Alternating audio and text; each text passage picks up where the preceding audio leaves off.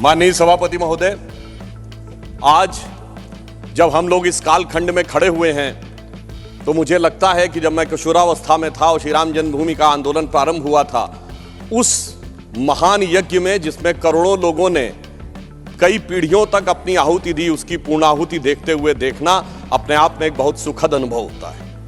और यह काल इसलिए भी अधिक महत्वपूर्ण है कि यह भारत के अमृत काल का ही कालखंड नहीं है, बल्कि श्री राम मंदिर के माध्यम से शताब्दियों से सोई हुई भारत की चेतना के पुनः उठकर अग्रसर होने और विश्व को नया संदेश देने का एक संधिकाल भी है।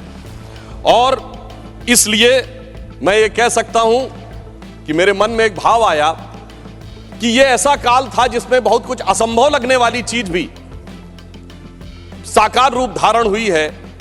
तो मेरे मन में यह भाव आया कि मानो अक्षर सभी पलट गए भारत के भाल के, साकार हुआ स्वप्न हर बला को टाल के, नए क्षितिज उभर रहे हैं अमृत काल के और दिव्य दर्शन हो रहे हैं श्री राम लाल के। मान्यवर, भगवान राम उस भारत की स्व की अनुभूति है जो भारत के स्वतंत्रता के बाद निश्चित रूप से प्रकट होनी चाहिए थी, जो अनादिकाल से भारत में उत्तर से दक्षिण तक, उत्तर में यदि गुरु गोविंद सिंह जी ने गुरुमुखी में रामावतार लिखा तो दक्षिण में तमिल में कंबन ऋषि ने वही रामावतारम नाम से ही लिखा, तो बंगला में कृतिवास ने यदि लिखा तो हिंदी में तुलसीदास ने लिखा, तो उत्तर दक्षिण पूरब पश्चिम से सब तरफ भारत के प्राण को अनुप्राणित करने वाला यह तत्व था। इसीलिए महात्मा गांधी ने भी जिस समय स्वतंत्रता आंदोलन की शुरुआत की तो अपना राजनीतिक दर्शन रखा था राम राज्य, और प्रतिदिन का भजन रखा था रघुपति राघव राजा राम, अंतिम शब्द रखा था हे राम। परंतु हे राम, मैं ये कहना चाहूंगा उन राम को भी प्राण प्रतिष्ठित करने में इतना संघर्ष करना पड़ा जो भारत के समाज से लेके आध्यात्म और मन तक विद्यमान थे, जिसे हम लोग उस आंदोलन के समय कहते थे कि ये तन प्रभु राम का, मन प्रभु राम का, तो हर क्षण बोलिए जय श्री राम की, आस प्रभु राम की, श्वास प्रभु राम की, तो प्रति क्षण बोलिए जय श्री राम की। मगर आगे समस्या ये थी तो हम कहते थे शासन चलाए चाहे सीने पर गोलियां, परवाह नहीं कीजिए शरीर और प्राण की, आए आपदाएं विपदाएं भले कितनी, बनाएंगे हम मंदिर सौगंध श्री राम की। और आपदाओं विपदाओं को पार करते हुए वह सौगंध आज पूर्ण हुई। इसके लिए अनेकानेक लोगों ने बलिदान दिया, देवी दीन पांडे जी से लेके सरदार फकीर सिंह से लेके हजारों संतों से लेके कार सेवकों तक और कोठारी बंधुओं तक। परंतु मैं एक बात कहना चाहूंगा, मैं इस विषय पे कोट करना चाहता हूं। 2003 के नोबेल पुरस्कार विजेता वीएस नायपॉल ने एक किताब लिखी थी भारत के बारे में, इंडिया ए वुंडेड सिविलाइजेशन। उन्होंने कहा भारत एक विचित्र देश है जहां पर कि अपनी संस्कृति को आघात करने वाले विषय को पढ़ाया जाता है और आघात करने का प्रयास किया जाता है, इसीलिए उन्होंने वुंडेड सिविलाइजेशन वर्ड कहा।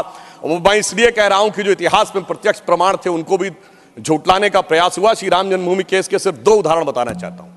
जब मुकदमा चला तो ये पूछा गया कि भाई पिछले उदाहरण दीजिए कोई शताब्दियों के, तो विपरीत पक्ष के पास कोई उदाहरण नहीं थे। हमने फॉरेन ट्रेवलर्स के उदाहरण कोट किए। विलियम फिंच नाम का ब्रिटिश ट्रेवलर आया 1610-20 के आसपास, उसने कहीं पर मस्जिद का उल्लेख नहीं किया, सिर्फ मंदिर का उल्लेख किया।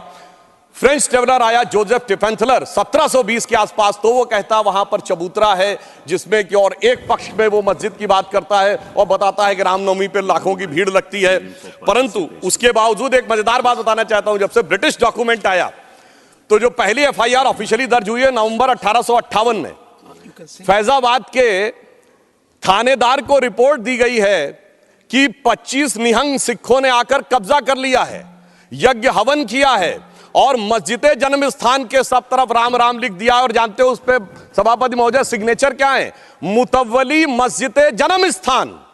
अब बताइए, जन्म स्थान पहली एफआईआर में खुद मुतव्वली लिख रहा है और उसके बाद इस विषय को इतना बढ़ाया गया। और स्वतंत्रता के बाद मैं एक बात कहना चाहता हूं, 22-23 दिसंबर 1949 की रात को जब श्री राम लला प्रकट हुए, उसके बाद यह ध्यान देने योग्य बात है, यह समुदायों के बीच के संघर्ष का विषय नहीं था, यह भारत के स्वाभिमान का विषय था। 12 साल टाइटल सूट की मियाद होती है, 12 साल तक मुस्लिम पक्ष सुन्नी सेंट्रल वक्फ बोर्ड उसमें पैरोकारी नहीं था।